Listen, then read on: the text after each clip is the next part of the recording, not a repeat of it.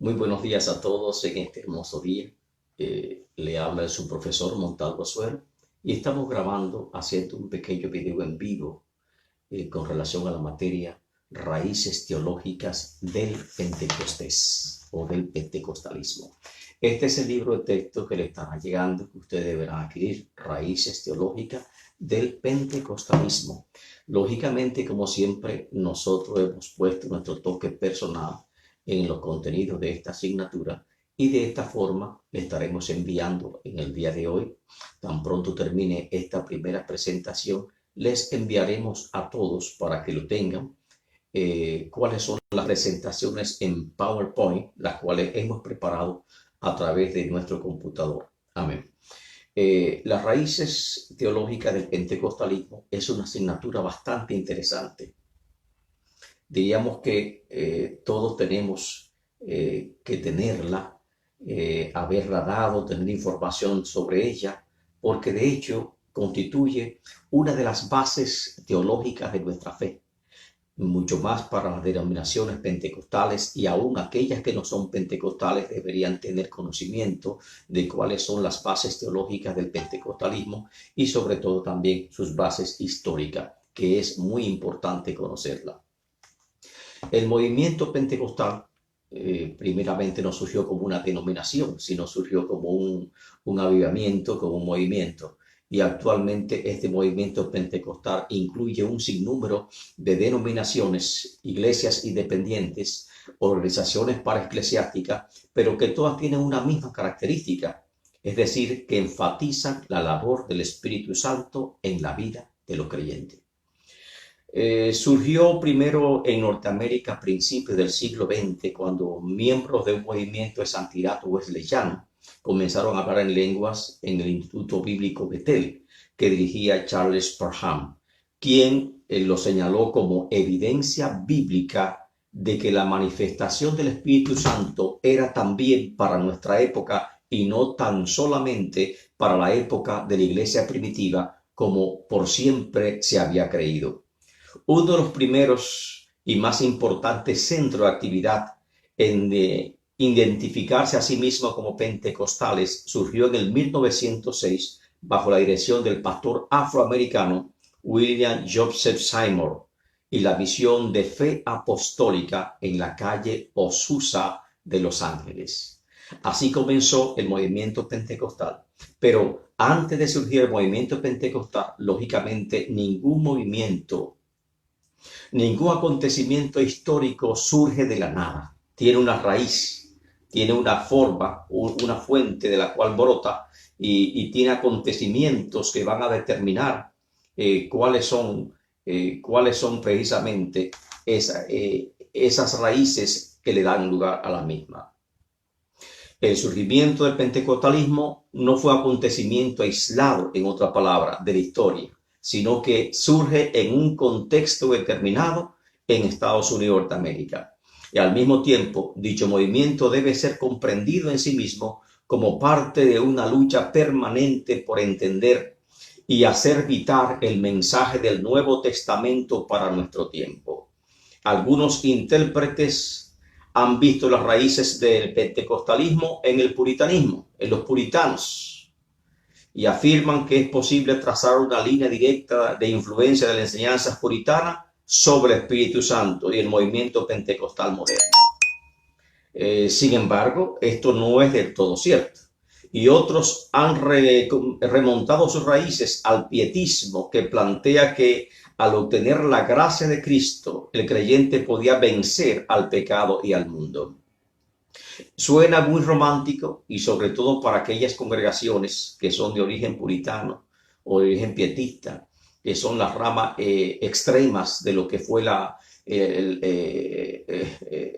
denominaciones que surgieron después de la Reforma Protestante, que hoy se conserva, por ejemplo, como los Amish, esa congregación que vive apartado y que no tiene contacto con la civilización y que está buscando tal vez a través del aislamiento un acercamiento más vivo, más personal a lo que son las raíces bíblicas. Sin embargo, no es así, sino que vamos a ver dónde es que están las raíces del movimiento del pentecostalismo. Históricamente podemos trazar una línea hasta el movimiento de santidad de la iglesia wesleyana. Y precisamente hay que volver un poquito atrás recapitulando. Algunos piensan que las raíces del pentecostalismo se remonta a los puritanos, o otros dicen que se remonta al movimiento pietista, porque estos son movimientos extremos que están, diríamos, que estuvieron en la iglesia y aún permanecen en la iglesia, que buscan, que enfatizan sobre todo la santidad y creen que a través de las enseñanzas de ellos uno puede llegar a lo que es la doctrina actual de la iglesia pentecostal. Sin embargo, no es esa la raíz del pentecostalismo, sino que es el movimiento de santidad de la iglesia wesleyana.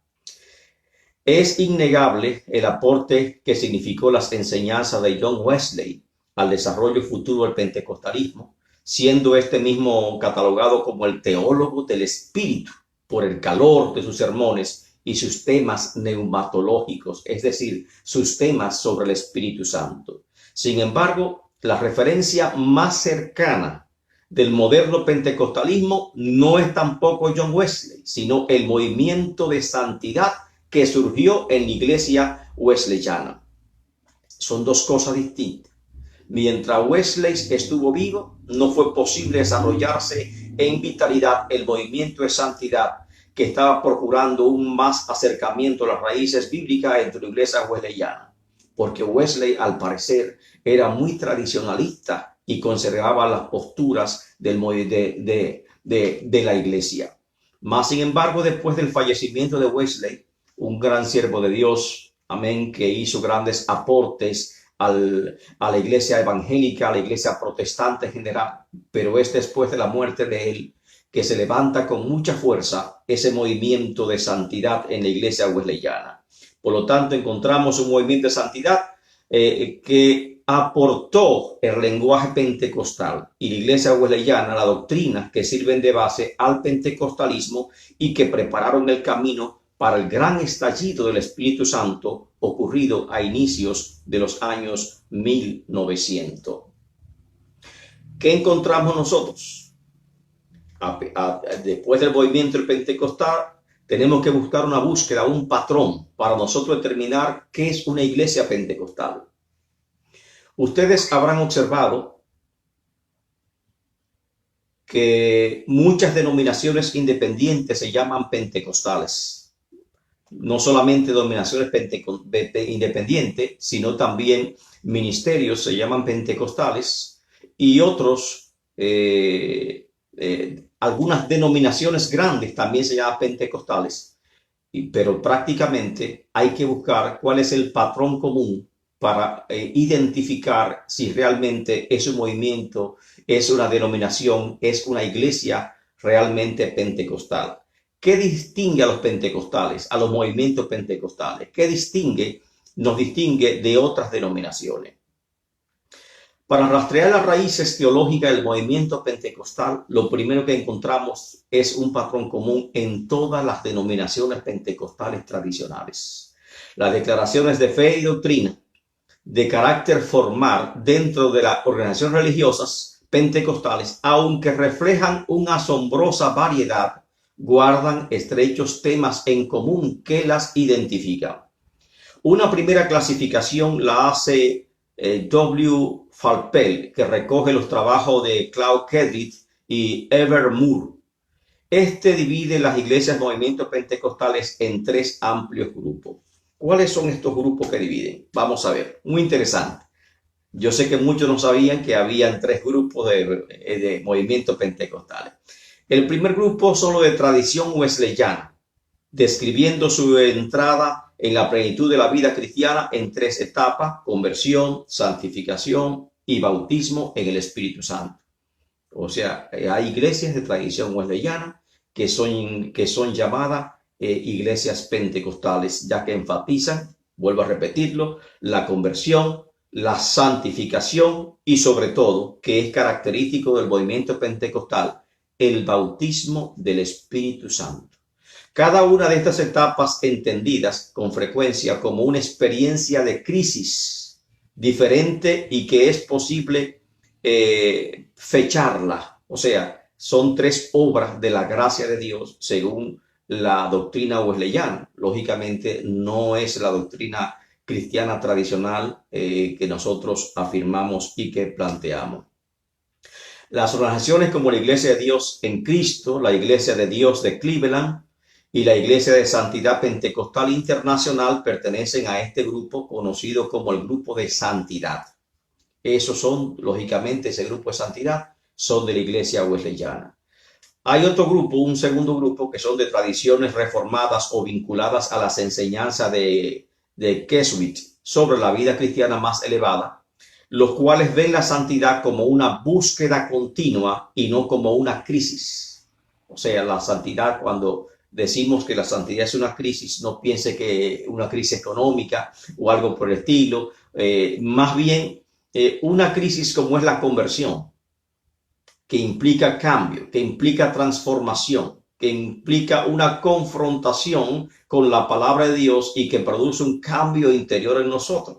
Y cuando el movimiento pentecostal de tradición wesleyana habla de tres diferentes estados de crisis, como por ejemplo la conversión es una crisis porque nos lleva a un cambio rotundo en nuestra forma de ser.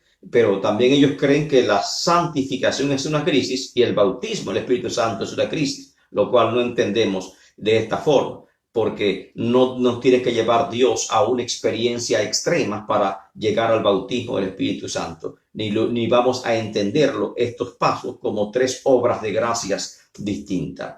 Ahora bien, el segundo grupo, que habla de una búsqueda continua y que no son una crisis, y habla solamente de dos obras de gracia. Ven la santificación y el bautismo del Espíritu Santo unidos, porque si no hay santificación, no hay bautismo del Espíritu Santo.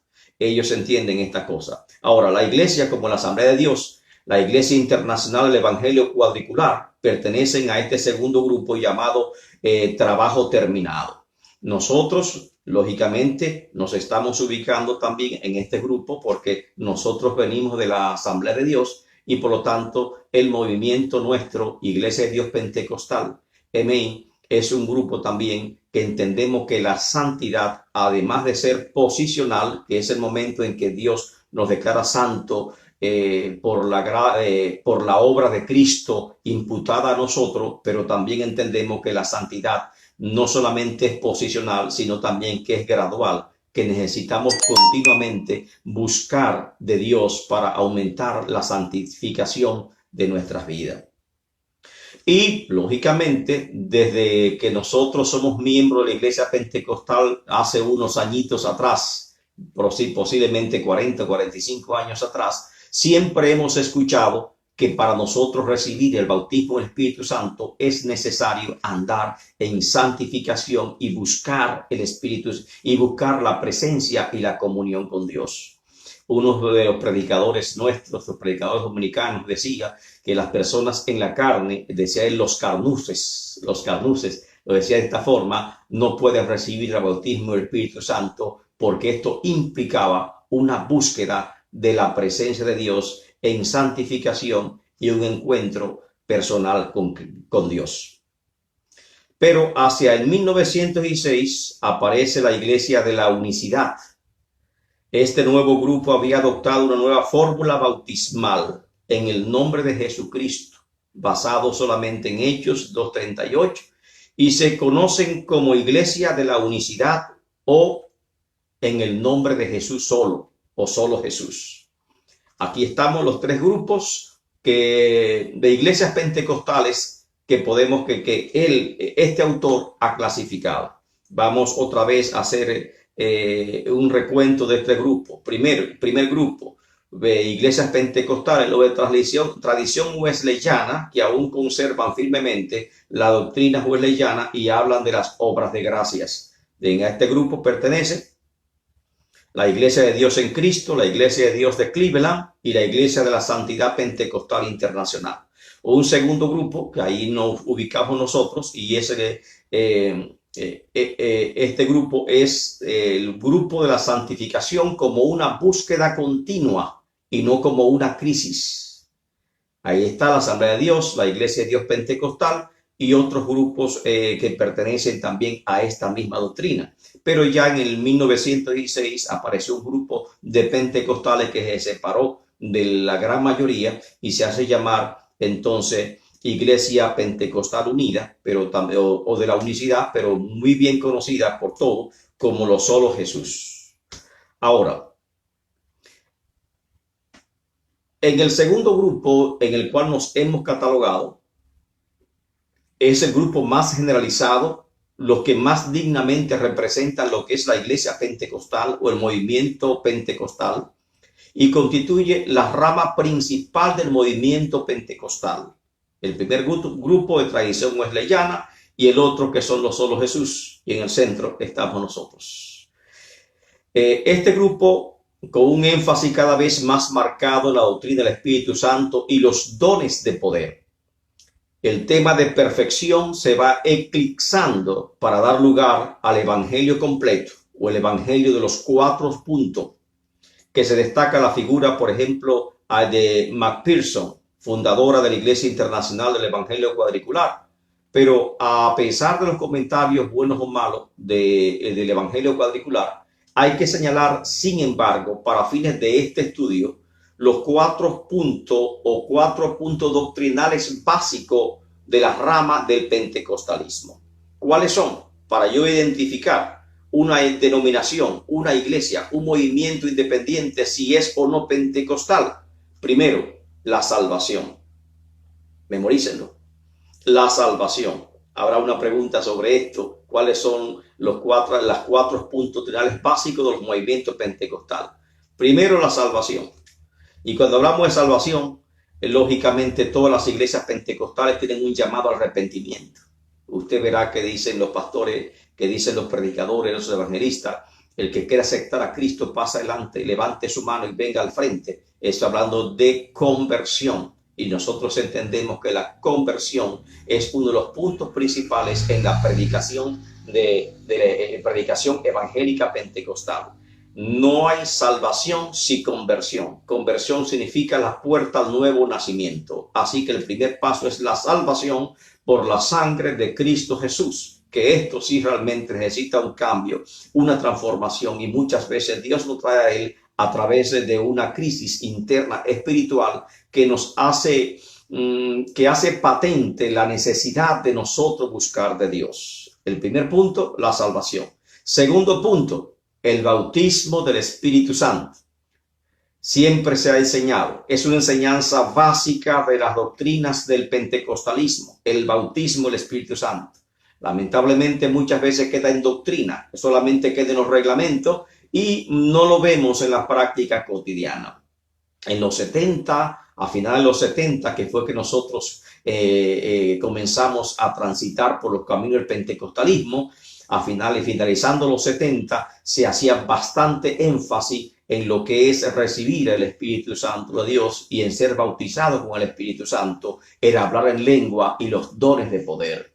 En los 80 también se hablaba, en los 90 también se hablaba, pero lamentablemente al comenzar un nuevo siglo, una nueva era, parece como que está cayendo en desuso y son menos los creyentes de tradición pentecostal que permanecen hasta la actualidad. Así que el segundo punto es el bautismo del Espíritu Santo. Y el tercer punto es la sanidad divina. ¿Qué iglesia pentecostal no predica la sanidad divina? Sin embargo, hay iglesias pentecostales, amén, que no lo están haciendo. Y finalizamos con el cuarto punto doctrinal, que es la segunda venida de Cristo. Estos son los 4 puntos doctrinales o los que definen a lo que es una iglesia puramente pentecostal. Y para saberlo, no solamente hay que irnos a los reglamentos de cada denominación, porque tal vez puede estar en los reglamentos. Hay que ver la predicación de esta iglesia, hay que ver las enseñanzas de esta iglesia, cómo se manifiestan estos 4 puntos en el culto, en el culto diario de la iglesia, en los servicios de la iglesia, y en las enseñanzas de la iglesia. Por lo tanto, salvación, bautismo del Espíritu Santo, sanidad divina y segunda venida de Cristo son los 4 puntos angulares. Ahora, tenemos que hablar de lo que es una hermenéutica pentecostal. Hermenéutica pentecostal. Bueno, ¿qué es hermenéutica? Ya los que han dado la asignatura de hermenéutica sabrá que la hermenéutica es una rama de la teología, no solamente la teología, porque se usa la hermenéutica en muchas áreas del conocimiento, pero en términos teológicos sí es una rama de la teología que se encarga de la recta interpretación de la palabra de Dios. Un libro bastante antiguo, como es la Biblia, escrito en un periodo de tiempo bastante amplio, en un lapso de tiempo de más de 1500 años, en varios idiomas, en varios países, lógicamente tiene sus complicaciones y además tiene diferentes tipos de escritura, tanto históricas, profética, apocalíptica, poética, y por lo tanto cada tipo de escritura tiene sus propias normas de interpretación. Esta es la hermenéutica. Ahora, cuando hablamos de hermenéutica pentecostal, es que tenemos un lenguaje, y este lenguaje lógicamente es teológico, y en este lenguaje teológico también se conoce la persona al hablar. Cuando alguien dice que es doctor en medicina, lógicamente por su forma de hablar uno se da cuenta, porque tiene muchas palabras técnicas que corresponden al campo de la medicina. Cuando uno es doctor en leyes, como lo somos nosotros, por ejemplo, hay muchas palabras que se nos escapan, que son propias de lo que es la profesión de la abogacía, y por lo tanto también se denota en el hablar ese lenguaje jurídico o ese lenguaje médico que uno puede tener. Por lo tanto, los pentecostales tienen también ese lenguaje, esa característica, esa hermenéutica particular, esa doctrina teológica que define todos estos puntos. Los grandes cambios en las circunstancias históricas norteamericanas llevaron a la iglesia a apartarse del ideal de perfeccionamiento como consecuencia de la guerra civil, la industrialización, movimiento social que experimentó la sociedad a fines del siglo XVIII. Y comprendieron que la sociedad era mucho más compleja que lo que se había pintado. O sea, hablar de una hermenéutica pentecostal significa que hubo que haber necesariamente un cambio rotundo en el pensamiento de la iglesia para poder aceptar, para poder definir, para poder plasmar ese pensamiento. ¿Y cómo llegó a crearse esa hermenéutica pentecostal? ¿Fue de la noche a la mañana? No. Fueron cambios sociales, cambios históricos que golpearon la sociedad norteamericana. Anteriormente todos los protestantes en general tenían una postura con respecto al milenio, que eran amilenaristas, que eran hay 3 posiciones sobre el milenio: amilenarista, que no creen en el milenio; premilenarismo, que creen después del milenio; y postmilenarismo, con respecto a la segunda venida de Cristo. Todo el mundo pensaba que nosotros, la iglesia, iba a instaurar el milenio sobre la tierra, y que después que nosotros estableciéramos el milenio, entonces Cristo iba a venir para reinar en el milenio, pero que hacía falta que la iglesia pusiese la base. Esta creencia era generalizada en toda la iglesia, en todas las denominaciones, congregaciones e iglesias que salieron de la Reforma protestante. Por esta razón, en los Estados Unidos de Norteamérica, cuando llegaron los peregrinos, comenzaron a establecer diferentes colonias con esta concepción de que la iglesia tenía que dominar la cultura, la sociedad, las costumbres, las leyes, la enseñanza, y las primeras universidades que se establecieron en Estados Unidos y en el mundo entero eran dirigidos por pastores evangélicos, por pastores protestantes, y de esta forma floreció lo que es la educación y florecieron las universidades. Pero, lógicamente, ese perfeccionamiento gradual, esa predicación por todo el mundo y establecer el reino de Dios en la tierra, se fue perdiendo a través de la experiencia, a través de los cambios sociales, a través del cambio de época. Del siglo XVIII pasamos al siglo XIX, y lo primero que encontramos es la gran crisis, primero una primera guerra mundial, la gran crisis económica norteamericana, una primera guerra mundial, una segunda guerra mundial, y ahí es cuando la iglesia dice, realmente hay que pensar en una escatología, en una hermenéutica más apocalíptica. Nosotros no podemos transformar el mundo. Podemos y debemos seguir predicando la palabra de Dios por todo el mundo, como lo señala las Escrituras, pero este mundo solo será transformado a través de Jesucristo. Y por esa razón es que entonces entienden que Cristo va a instaurar el milenio, no la iglesia. Cristo va a descender del cielo en su segunda venida y Él es que va a comenzar el milenio. No es responsabilidad nuestra establecer el milenio sobre la tierra, sino que Cristo lo va a establecer cuando Él venga para vencer y poner bajo sus pies a todos sus enemigos. Por lo tanto, ante el derrumbe de estos grandes ideales que tenía la iglesia, entonces se refugió la iglesia en lo que llaman la devoción privada. Comenzaron los ministros, las denominaciones, a retirarse a sus congregaciones, a limitar las enseñanzas al púlpito, y es cuando comienza a crecer el movimiento secular, que va arropando las universidades, que van tomando control aquellos científicos que no son tan cristianos ni tan religiosos, pero sí que tienen calidad científica, y están tomando también los tribunales, las cortes, la Suprema Corte de Justicia, no hombres probos como son los que salen de la iglesia, sino más bien profesionales seculares o políticos seculares que son llamados y o elegidos para esas funciones, porque nosotros entendemos que ante esta ola de crisis que había venido sobre la iglesia, no es posible cambiar al mundo, sino que el mundo será cambiado por Jesucristo cuando Él venga, y aquellos que no serán cambiados recibirán entonces el castigo de Dios. Este concepto se llamó devoción privada, y los creyentes anhelaban cada vez más el apropiarse de las verdades del Nuevo Testamento como una forma de enfrentar los nuevos cambios que habían experimentado la sociedad.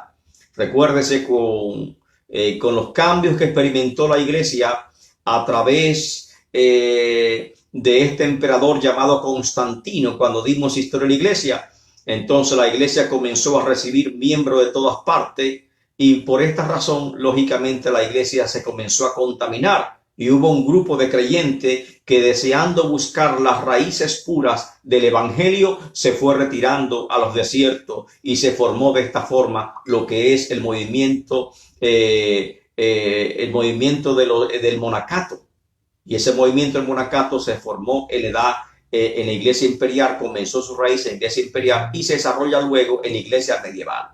Ahora, en la etapa de la edad moderna, encontramos que la iglesia, después de la reforma protestante que inicia en el 1517, encontramos que la iglesia apasionadamente comienza a evangelizar el mundo entero, porque la iglesia entiende que su deber primario era establecer el reino de Dios en la tierra. Esto es el perfeccionamiento. Así que perfeccionando la santidad, perfeccionando de los pueblos, iba a llegar un momento tal vez de una sociedad ideal, que no hubiesen presos ni cárceles ni nada, porque todo sería justo, gobernado por hombres justos, hombres probos. Pero luego comenzaron las crisis y todo comenzó a derrumbarse. La idea del perfeccionamiento se derrumbó, y ante esta crisis, ante esta ola de violencia, de muertes, amén, de cambios, porque también la iglesia vivió lo que fue la revolución, mejor dicho, la guerra entre los estados, la independencia norteamericana, y todas estas guerras la atravesó la iglesia en Norteamérica, y ya llegó el momento de que la iglesia entrara un poquito en razón y comenzara a desarrollar una hermenéutica un poquito más pentecostal. Por lo tanto, de esta forma, con estos golpes históricos, comienza a vislumbrarse el surgimiento de una hermenéutica más pentecostal.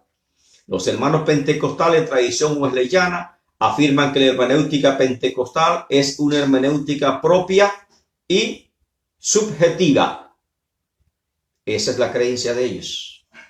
Más sin embargo, lógicamente, no es una hermenéutica subjetiva. Subjetiva significa que está sujeta a lo que yo interpreto, como si fuese una interpretación alegórica. No utilizamos el alegorismo para interpretación. Lógicamente, hay muchos pastores que predican de forma alegórica, que a un pasaje le dan diferentes interpretaciones de acuerdo surge en su mente. Pero nosotros tenemos una hermenéutica bien definida que establece cuáles son las normas y las pautas para diferentes interpretaciones de las Escrituras.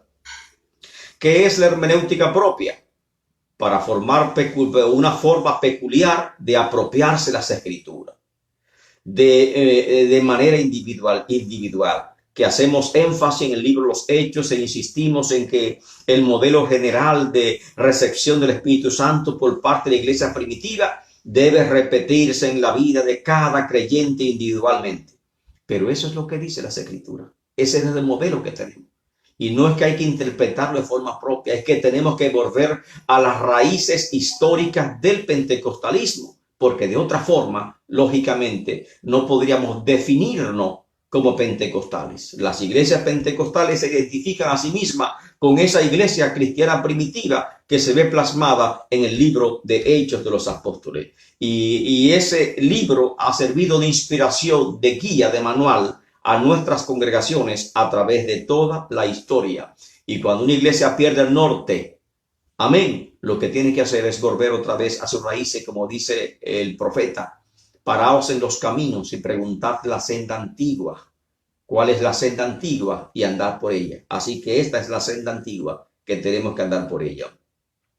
También dicen los hermanos wesleyanos, que es el primer grupo que surgió de pentecostales, amén, que es una hermenéutica subjetiva porque consideran que la hermenéutica pentecostal representa un vuelto al subjetivismo del pietismo, como la búsqueda personal de cada creyente de una experiencia espiritual mediante la apropiación de las Escrituras de una manera devocional.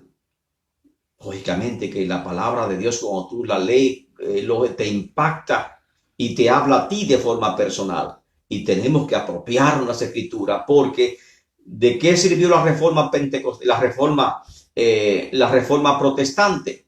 Sirvió para enseñarnos que la religión es una religión personal y por lo tanto cada vez que leemos la palabra tenemos que apropiarnos de manera personal de lo que la palabra de Dios nos está diciendo, nos está hablando, porque la palabra de Dios es la que nos confronta cada día.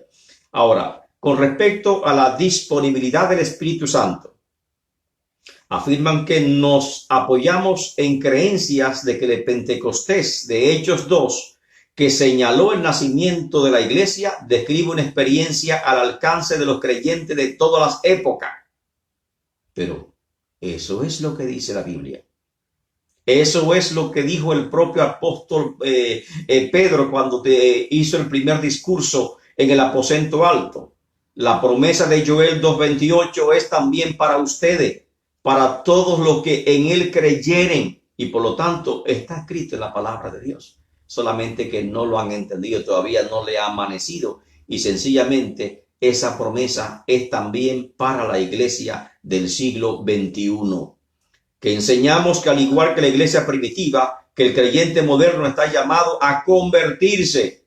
Otra vez, la conversión es la base de las iglesias pentecostales. Hablando de salvación, es el primer punto que define a una denominación pentecostal. Si no predicamos conversión, si no hacemos llamamiento, si no predicamos santificación, entonces lógicamente no podemos definirnos como iglesia pentecostal. Recibir la plenitud del bautismo del Espíritu Santo como dos acontecimientos separados. Son dos acontecimientos separados. Los hermanos wesleyanos creen que tan pronto usted recibe a Cristo ya tiene el Espíritu Santo. Esa es la morada del Espíritu Santo. Pero aparte de la morada del Espíritu Santo, hay otro don del Espíritu. Hay una promesa del Espíritu Santo que es para nosotros hoy en día, y es el bautismo o la plenitud del Espíritu Santo dado a todos los creyentes. Los 4 puntos: conversión, santidad, bautismo del Espíritu Santo y segunda venida de Cristo se combinan de forma peculiar, siendo parte de la predicación del Evangelio. y de todos los beneficios que recibimos mediante la redención que es en Cristo Jesús. Critican nuestra posición de la disponibilidad del Espíritu Santo para cada generación y cuestionan la validez de los fenómenos asociados con el bautismo del Espíritu Santo y sobre todo lo que es la glosalalia, o es decir, el don de lenguas y el don de sanidad divina. Lógicamente que ellos comenzaron y aportaron lo que es el lenguaje pentecostal, porque tomamos el lenguaje pentecostal de los wesleyanos, pero en la práctica quedaron un poquito rezagados porque no aceptaron los cambios que llegaron luego cuando surgió el movimiento pentecostal. Le falta una amplitud un poquito más adelante.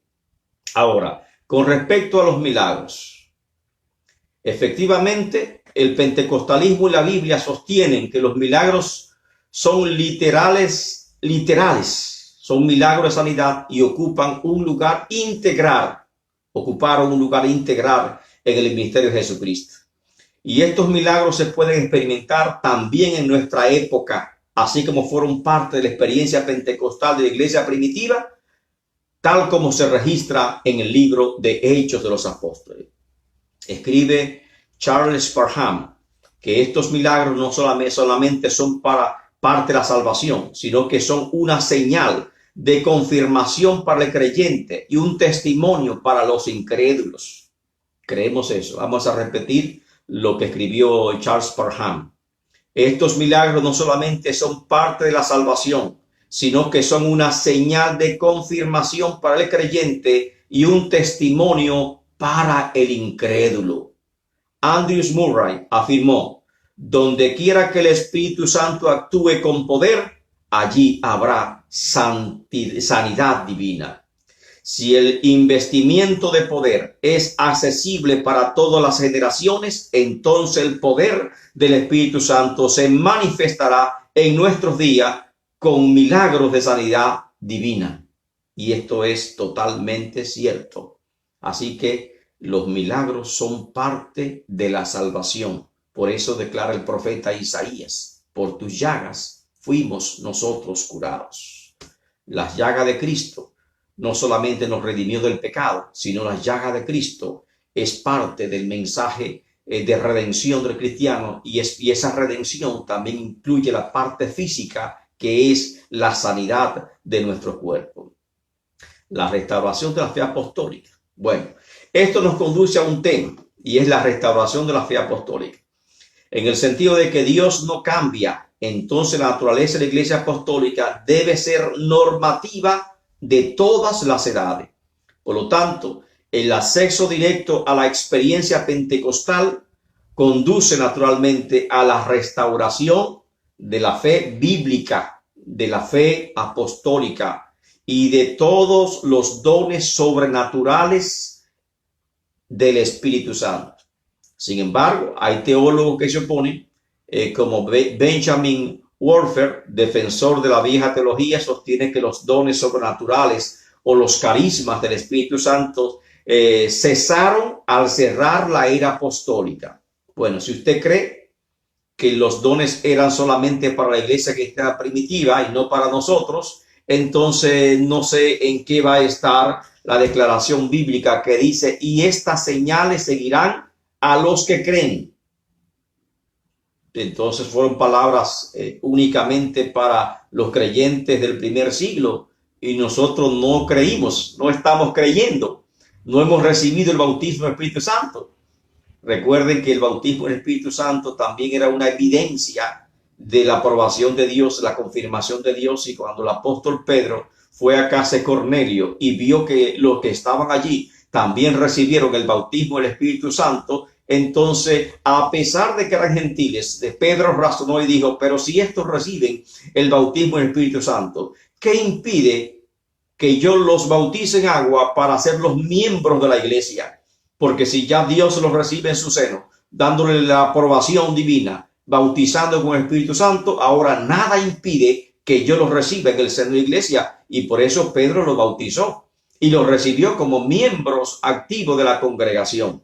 Alabado el nombre del Señor.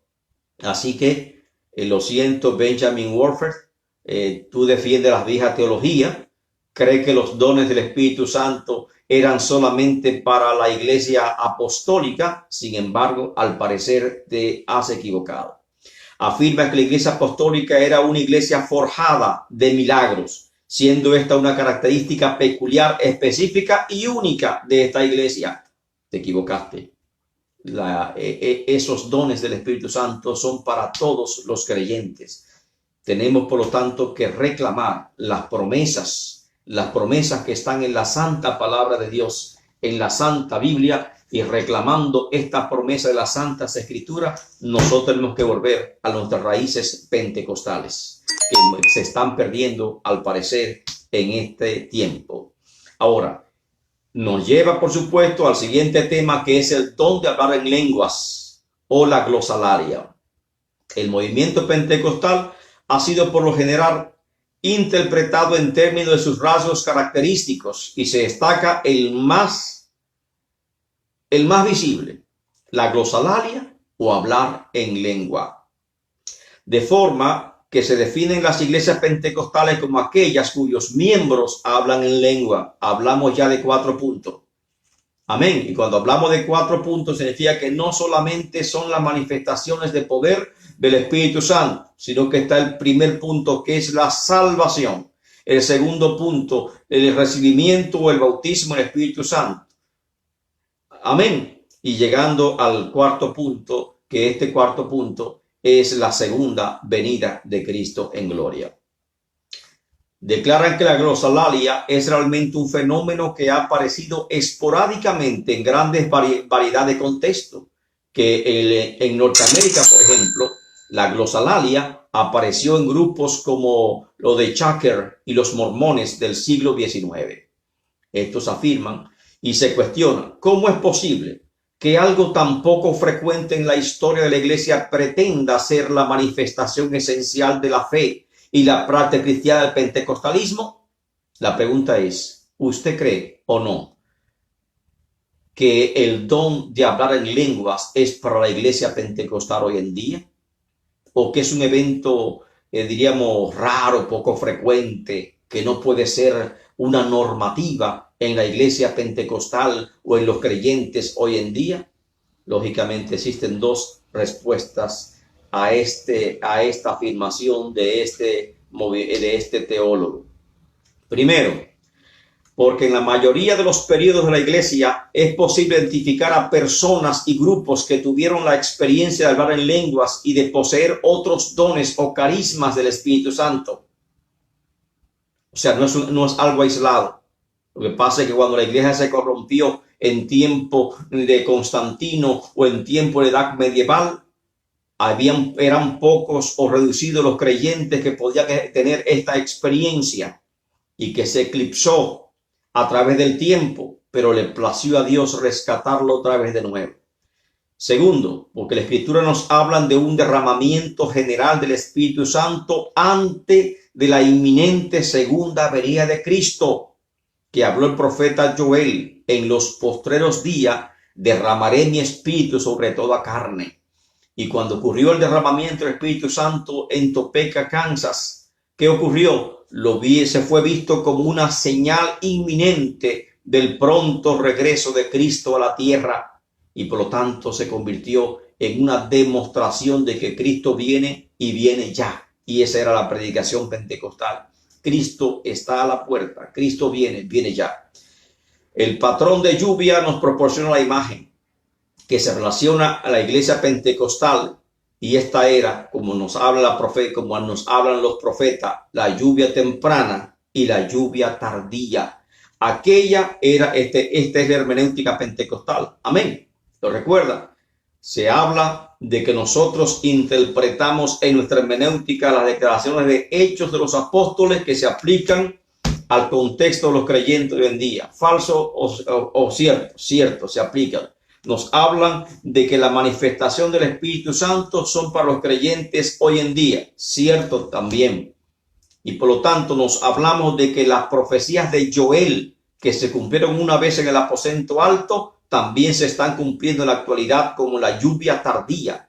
y es un lenguaje propiamente pentecostal hablar de la lluvia temprana, o sea, los derramamientos iniciales del Espíritu Santo que encontramos en Hechos de los Apóstoles, como la lluvia temprana, pero también el derramamiento del 1900 que ya ha durado hasta hoy en día como la lluvia tardía, cumpliéndose la profecía de Joel del inminente retorno de Jesucristo a la tierra.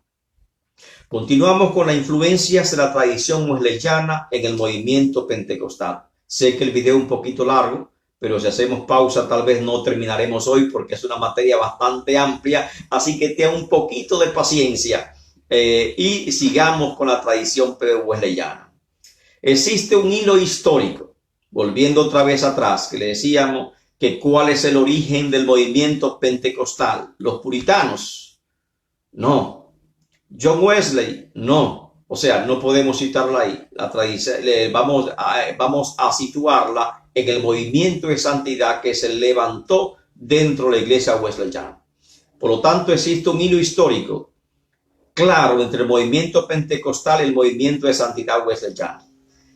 El metodismo es ubicado de manera notable en el punto de influencia que culminó con el desarrollo posterior del pentecostalismo. Tras la muerte de Wesley, como le dijimos anteriormente, el movimiento metodista rompe definitivamente con la tradición anglicana y se acentúa aún más la tendencia que refuerza los grandes temas pentecostales de la época. Lo que cabe preguntarnos, ¿cuál era la posición de John Wesley al respecto? ¿Realmente Wesley, un teólogo del espíritu, como se llamó? Algunos pentecostales definen a capa y espada la influencia de Wesley en el movimiento pentecostal moderno, pero ¿será cierto que Wesley era un teólogo del espíritu?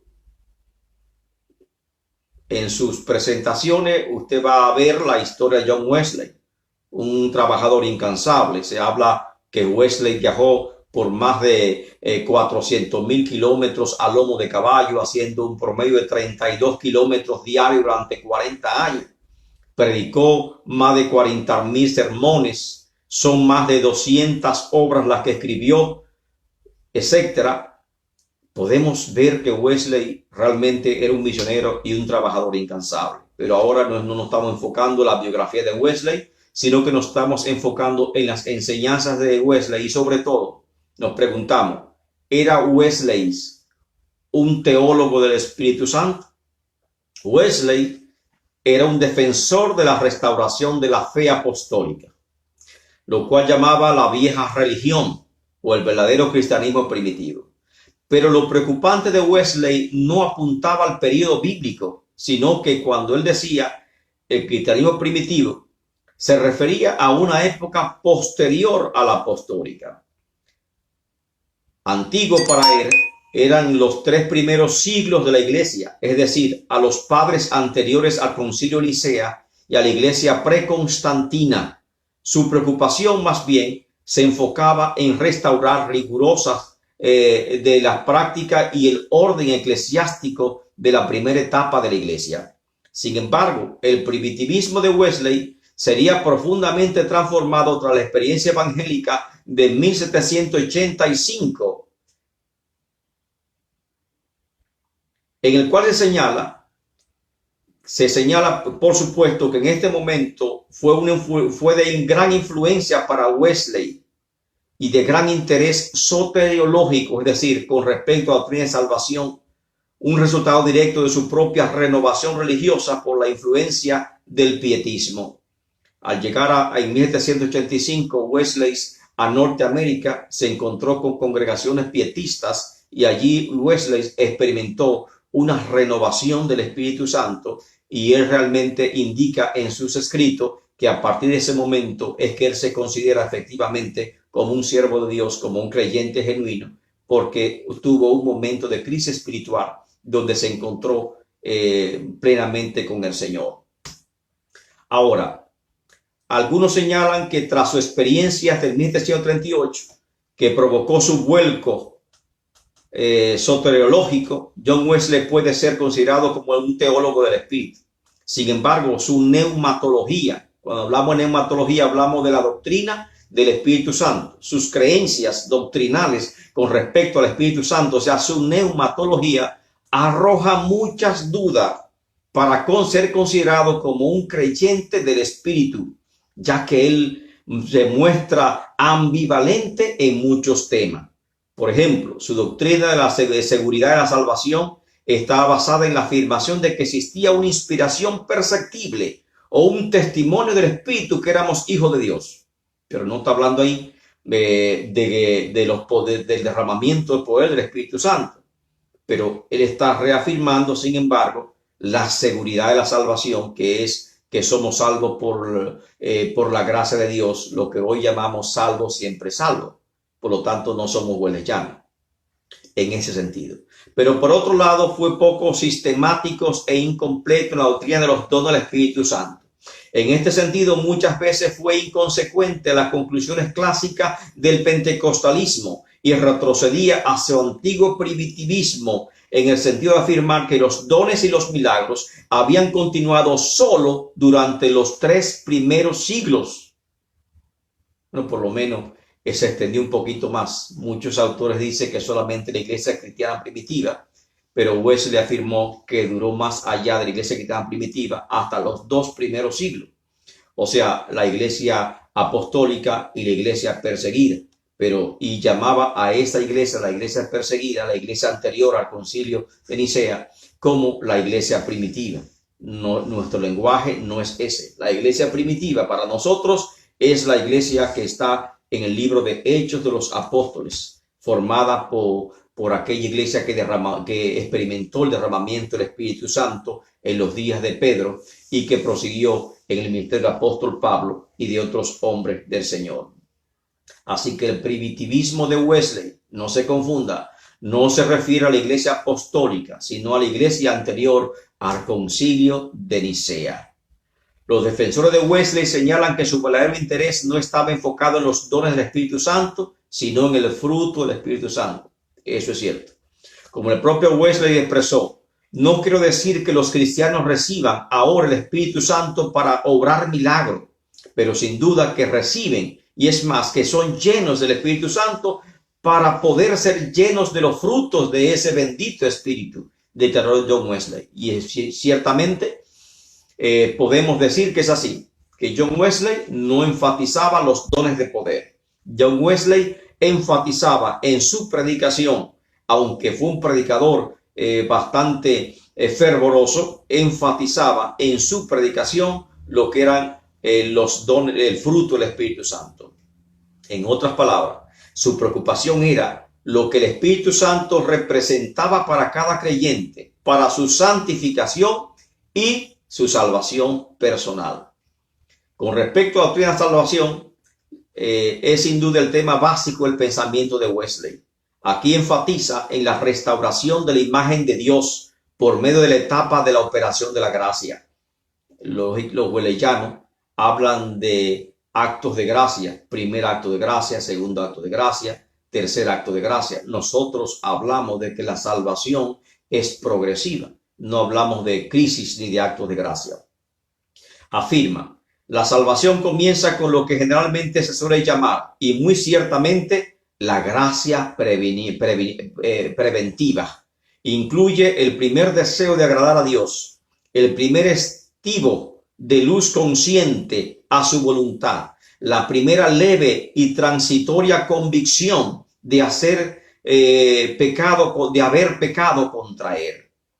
Esto habla Wesley. La salvación luego avanza por medio de la gracia convincente, que en las escrituras generalmente se le conoce como arrepentimiento. Aquí hablamos de niveles de gracia. Gracia preventiva o previniente. Amén. Y la gracia previniente es solamente o preventiva, solamente nos hace conscientes, da un primer rayito de luz de que somos pecadores y que nos hace falta la salvación. Ahora luego la gracia convincente es la que me lleva a arrepentimiento. En la Biblia usted no va a encontrar esa clasificación de la gracia, porque lógicamente esto es una característica de la doctrina wesleyana con respecto a la salvación. También ellos predican la total santificación como una obra de gracia. Después que experimentamos la salvación cristiana propiamente dicha, por medio de la cual por gracia sois salvos por la fe, que consiste en dos grandes ramas, la justificación y la santificación. Aclara que por medio de la justificación somos salvos de culpa del pecado y restaurados al favor de Dios, y por medio de la santificación somos liberados del poder y la raíz del pecado y restaura la imagen de Dios. Muy linda teología. La perfección cristiana representa el clímax de la vida cristiana y al mismo tiempo es difícil de interpretar. Para Wesley, la total santificación, escúcheme, que es la parte en que vamos, que es un tema doctrinal de la doctrina wesleyana, no involucra estar exento de la ignorancia, las equivocaciones, las debilidades o tentaciones y evita la expresión perfección sin pecado, pero afirma que dentro del proceso de santificación había un momento de total santificación. Y el problema es que la obra de entera santificación era también demasiada subjetiva para Wesley. Había confusión en su doctrina, como que no se ponía muy de acuerdo en lo que estaba enseñando. Algo que venía como un revestimiento y caía sobre nosotros, y a partir de ese momento éramos enteramente santos. Una segunda obra de santificación. Creo que la santificación, como predican las iglesias pentecostales, y como afirmamos al comenzar anteriormente, la santificación tiene dos posiciones. Es posicional, porque somos santificados en el momento que creímos y nos arrepentimos por la sangre de Cristo que se imputa y nos cubre de pecado. Pero también la santificación, somos santos porque la santificación es gradual, es una obra continua. Amén. Y no hay un perfeccionamiento absoluto que pueda venir sobre nosotros un segundo recubrimiento del Espíritu Santo para hacernos total santos, santo total. Eso no es posible aquí en la tierra.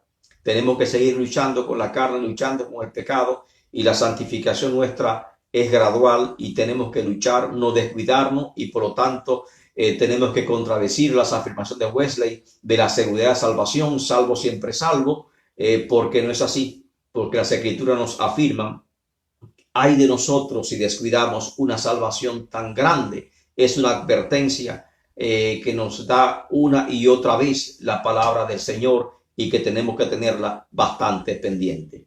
El bautismo del Espíritu Santo. Vamos a volver otra vez a ese gran tema del bautismo del Espíritu Santo. Faltan algunas presentaciones y quisiera terminar, aunque un poquito extensa esta presentación, pero son 3 unidades y no quería separarla una de otra. Recuérdese que estamos hablando de las raíces teológicas del pentecostalismo, y nuestras raíces teológicas se remontan al movimiento de santidad de la iglesia wesleyana. Pero para que no se piense que es de la doctrina wesleyana, estamos haciendo una comparación entre el pensamiento pentecostal y lo que son la doctrina wesleyana, para que veamos y podamos apreciar las diferencias que hay entre una y otra. Con respecto al bautismo del Espíritu Santo, el ala arminiana del pentecostalismo, representado por George Whitefield, pronto pensó que era el momento de total santificación. Planteaba Wesley, se reflejaría en el bautismo del Espíritu Santo. En tal sentido, el director de Trevecca College de Gales, Joseph Benson, fue expulsado por tener ideas arminianas, lo que llevó a su propio presidente John Fletcher a presentar también su renuncia por las mismas causas.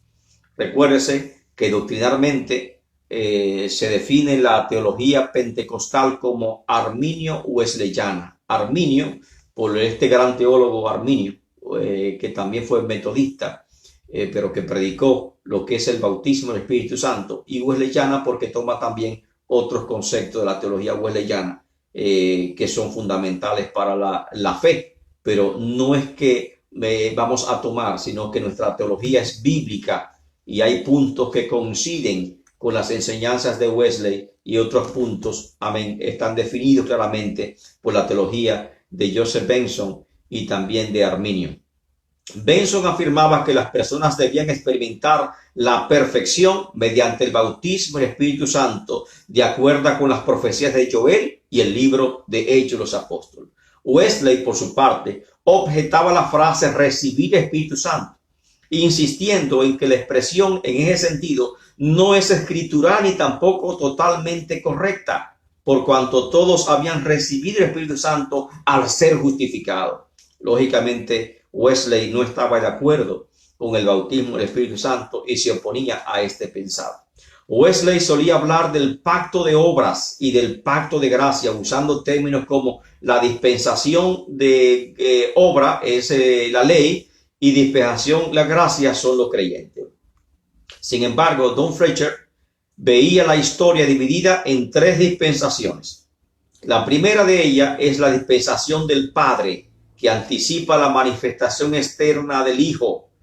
Luego está la dispensación del Espíritu del Hijo, que se inicia con Juan el Bautista y anticipa la promesa del Padre. Y luego está la dispensación del Espíritu Santo. O sea que John Fletcher, ese teólogo, dividió la historia simplemente en dos grupos. En el Antiguo Testamento es la dispensación del Padre. Nuevo Testamento, la dispensación del Hijo, porque es el Hijo que se manifiesta y es el Hijo que da la enseñanza. Pero luego viene un descenso del Espíritu Santo y a partir de Hechos de los Apóstoles encontramos la dispensación del Espíritu Santo. Estas dispensaciones no son solo una descripción del proceso salvífico o etapas de la obra de Dios en la historia humana, sino también una descripción de la etapa de crecimiento espiritual y el desarrollo espiritual. Fletcher acentúa el papel del Espíritu Santo y subraya que la era presente está de algún modo caracterizada por la actividad del Espíritu Santo. La posición de Fletcher coloca el libro de Hechos en una posición predominante. Otros afirman que la doctrina de las dispensaciones tiene una posición expresamente lukeana. Hans Kanzelman propone en su teología de San Lucas una división tripartita de la historia similar a las tres dispensaciones que Fletcher ya había presentado. Ahora, el movimiento norteamericano de perfección cristiana, ¿cuándo surgió? O es decir, el clímax del movimiento de santidad, ¿cuándo surge? El metodismo cruzó el Atlántico, lógicamente, desde Inglaterra, y al hacerlo halló en el suelo norteamericano el terreno más fértil para su doctrina. Pero la perfección cristiana al principio no tuvo gran impacto. Sin embargo, los nuevos cambios sociales, cambios políticos y económicos abonaron el terreno de la perfección cristiana. En la década de 1830 se experimentó una creciente énfasis a la perfección cristiana.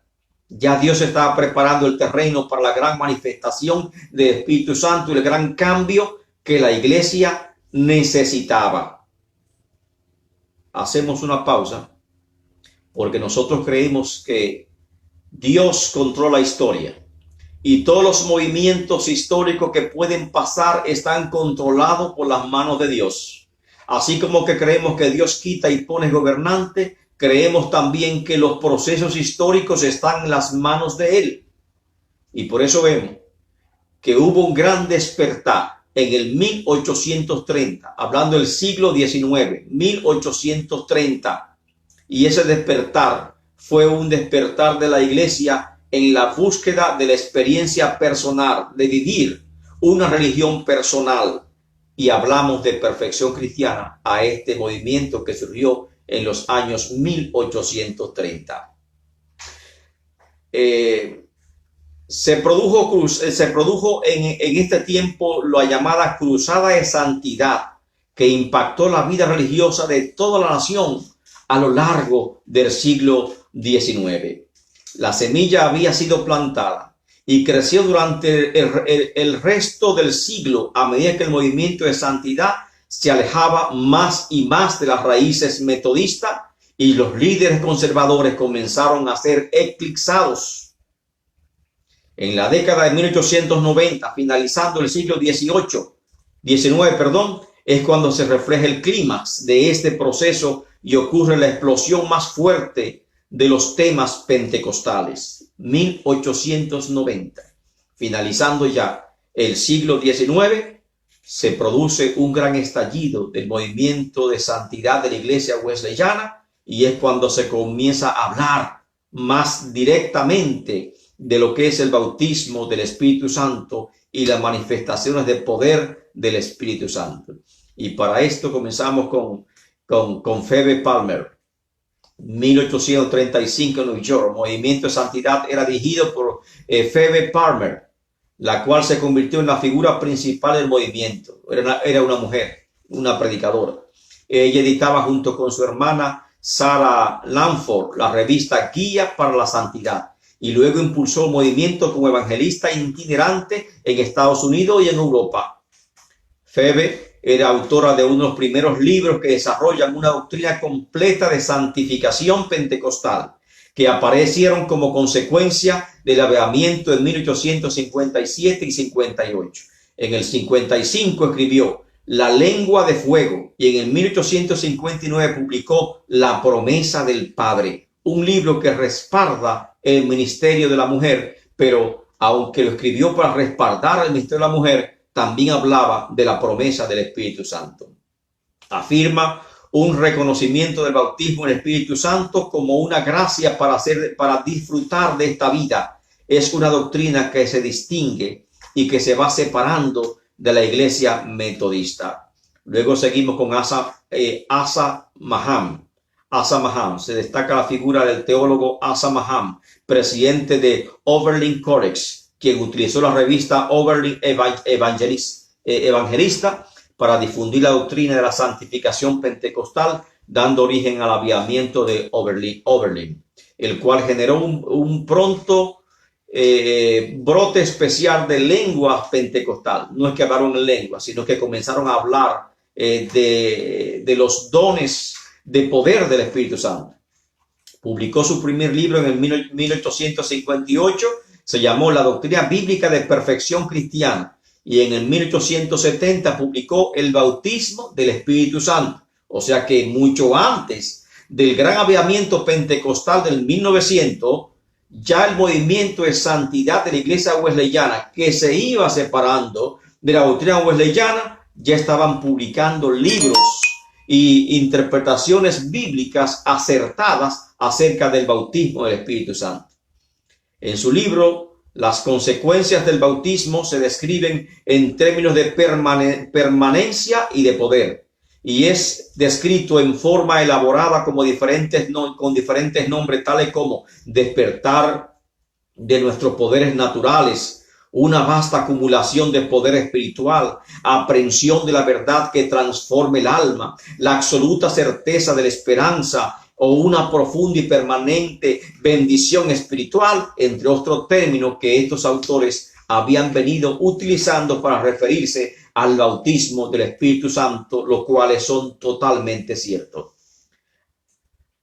La institución más importante, dominada por los metodistas, pero de carácter interdenominacional, era la Asociación de Campamentos para la Promoción de la Santidad, la cual provocó su primer campamento en julio de 1867. La invitación expresa el anhelo de que todos los concurrentes pudieran tener un bautismo pentecostal del Espíritu Santo. Su fundador, Benjamin Adams, predicó sobre Hechos 1:8, un sermón donde los temas de poder superaban los temas wesleyanos tradicionales. Se destacaba también un sermón de William Bull, en el que predominó el concepto de ser investido de poder, basado también en Hechos 1:8. Bull afirmó que un bautismo Espíritu Santo es una experiencia consciente, positiva, específica y de naturaleza instantánea. Por eso decimos que tenemos raíces, amén, del movimiento de santidad de la iglesia wesleyana. En efecto, el efecto del bautismo del Espíritu Santo, ¿cuál es? ¿Santificarnos o darnos poder? Conteste usted esta pregunta. ¿Cuál es la función del bautismo del Espíritu Santo? ¿Capacitarnos con dones excepcionales, extraordinarios para la realización del ministerio, o simplemente la santificación del creyente? hay un conflicto entre poder o santidad. Yo sé que muchos se han preguntado. Los líderes del movimiento de santidad se esforzaban en demostrar que los discípulos no habían recibido la santidad pentecostal, mientras que Horner afirmaba que los discípulos daban evidencia de poseer la santificación plena antes de haber recibido el bautismo pentecostal. Y como resultado imposible negar que John Wesley carecía de poder espiritual, se les presentó el problema de discernir cuál ha sido el patrón de su experiencia espiritual. Óigase eso. Aunque se hizo más típico el esfuerzo de demostrar que el Pentecostés había traído poder y santidad, para Feba Palmer los términos eran totalmente equivalentes. Moody, este gran predicador, preocupaba evitar la controversia y se cuidaba de caer en el vocabulario pentecostal de la época. Pero su enseñanza acerca de la investidura especial del poder pentecostal para el servicio fue un tema constante en sus predicaciones. Morrison, H.C. Morrison, expresa: el bautismo con el Espíritu Santo purifica el corazón de los creyentes y los capacita para el servicio. Para Morrison hace las dos cosas: santifica y capacita. Rubén Torrey trata de refutar la controvertida enseñanza de la santificación pentecostal en el sentido de que el bautismo en el Espíritu Santo es la irradiación de la naturaleza pecaminosa, o sea que lo quita, y afirmaba que los efectos del bautismo en el Espíritu Santo es ser investido de poder para el servicio. Ahí estamos de acuerdo. Early afirma: ¿es posible que una persona tenga un corazón limpio sin el bautismo del Espíritu Santo? Se pregunta Early. Para él, un corazón limpio es una preparación para el bautismo del Espíritu Santo. Y esta es la enseñanza pentecostal. Si quieres ser bautizado, tienes que tener un corazón limpio. Y volvemos a esas mismas dos cosas, las dos obras de gracia. Russell Virón, de la Iglesia de Dios, nos habla de dos obras de gracia. La primera es la conversión, que incluye la justificación y la regeneración. Y la segunda obra no solo incluye una limpieza perfecta del corazón, sino el bautismo del Espíritu Santo. Y estamos hablando de una teología que es muy anterior a lo que se experimentó en Topeka, Kansas, en el 1900 con el derramamiento del Espíritu Santo. Asbury Lowry, metodista, también cree en las dos obras de gracia, la obra del Espíritu Santo hasta llegar al punto de la purificación total, es de renovar, y la del bautismo, capacitar. O sea que hay dos cosas, son distintas. No podemos hablar de santificación o poder, son dos cosas distintas, son dos obras de gracia. La santificación es a través de la conversión, el poder lo recibimos a través del bautismo del Espíritu Santo de Dios. Ahora, hay que avanzar un poquito sobre más teología, más teólogos que afirman y discuten sobre estas dos diferencias, si el don del Espíritu Santo es para santificación o para poder, y yo sé que ya todos ustedes están definidos para qué es la obra del Espíritu Santo.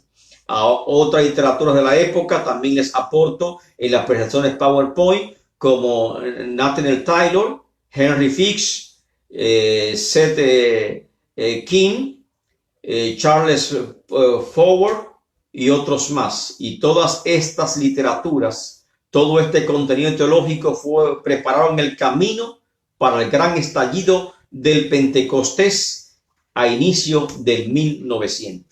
Y sobre ese estallido del Pentecostés a inicio del 1900 vamos a hacer una pausa para refrescar nuestras mentes, refrescar nuestra garganta y seguir con los mismos ánimos en otra próxima unidad. Y esta próxima unidad es el gran estallido pentecostal del 1900. Cómo ocurrió y cómo se desarrolló este estallido pentecostal. Y finalizaremos con una tercera unidad que habla de las doctrinas fundamentales de la iglesia pentecostal. Dios le bendiga y espere la próxima presentación. Bendiciones a todos.